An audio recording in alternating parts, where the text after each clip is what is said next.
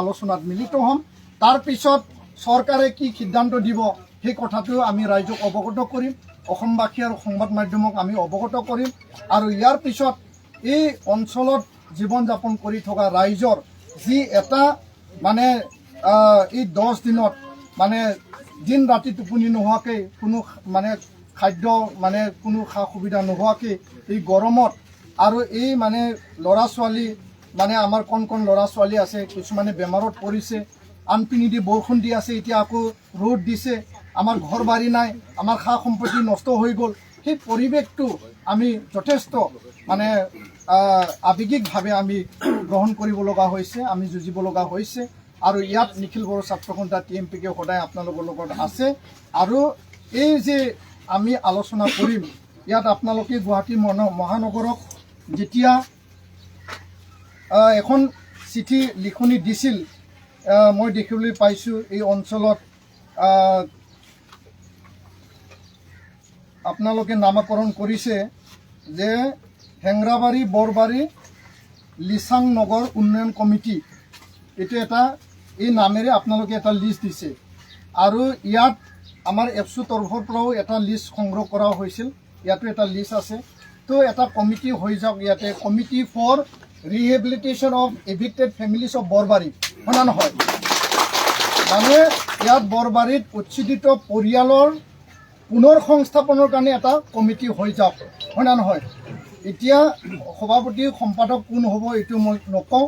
আমাৰ ইয়াত গাঁও কমিটি আছে, গাঁও কমিটি ইয়াত দায়িত্বটো ল'ব, বাথৌ মহাসভা আছে তেওঁলোকে ল'ব, আৰু যিসকল মুৰব্বী আছে সকলোৱে মিলি পেলাই আমি চৰকাৰৰ লগত আলোচনা কৰি পেলাই আমি স্থায়ীভাৱে কোনো অশান্তি, কোনো মানে তেনেকুৱা পুনৰ উচ্ছেদ অভিযান আমাৰ ওপৰত যাতে বুলডোজাৰ নপৰে, সেই এটা মানে সিদ্ধান্তটো, সেই এটা পজিটিভ এটা দিশটো লৈ পেলাই আমি আগলৈকে আমি জীৱন যাপন কৰিবৰ কাৰণে আমি চৰকাৰৰ লগত আলোচনা কৰিম।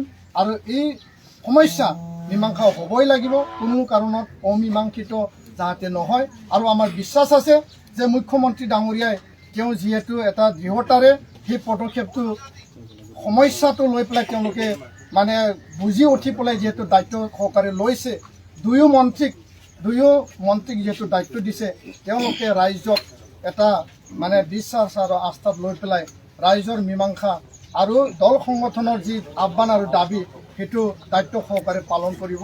মই এইখিনিকে কৈছোঁ আৰু মই দীঘলীয়া ক'ব বিচৰা নাই। আৰু অলপ সময় পিছত আমি চৰকাৰৰ লগত আলোচনা কৰিম। আজি আলোচনাত সুফল পাব মই এইটো বিশ্বাস কৰোঁ আৰু আশা কৰোঁ, আৰু ভগৱানে আশীৰ্বাদ দিয়ক। আৰু যদি মীমাংসা নহয় সেই আলোচনা আমি কণ্টিনিউ কৰিব লাগিব, হয় না নহয়? কাৰণ চৰকাৰেহে আমাক সংস্থাপন আৰু ভূমি দিয়া দায়িত্ব চৰকাৰৰ, আৰু ইয়াৰ কাৰণে চৰকাৰৰ লগত আলোচনা থাকিব। আনপিনি দিয়ে আমাৰ যিখিনি দাবী, আমাৰ যিখিনি ইয়াত ৰাইজৰ যিখিনি প্ৰতিবাদ, সেই প্ৰতিবাদো মানে চলি থাকিব। কিন্তু আমি এটা ধৈৰ্য আৰু সংযমৰ মাজেদি আমি যাব লাগিব।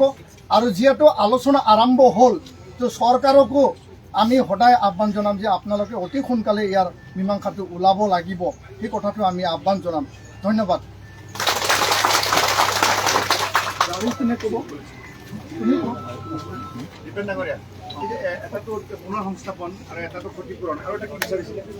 মানে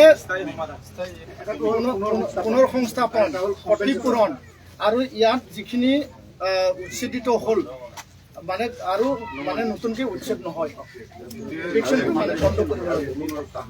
আজি নিখিল বড়ো ছাত্ৰ সন্থাৰ আৰু TMPকে লৈ আপোনালোকৰ ওচৰত আহি আমাৰ নিখিল বড়ো ছাত্ৰ সন্থাৰ যি পদক্ষেপত যি কাম চলি আছে আৰু চৰকাৰে যি কাম কৰিবলৈ বিচাৰিছে তাৰে আপডেট আপোনালোকলৈ দাঙি ধৰিলে নিখিল বড়ো ছাত্ৰ সন্থাৰ মাননীয়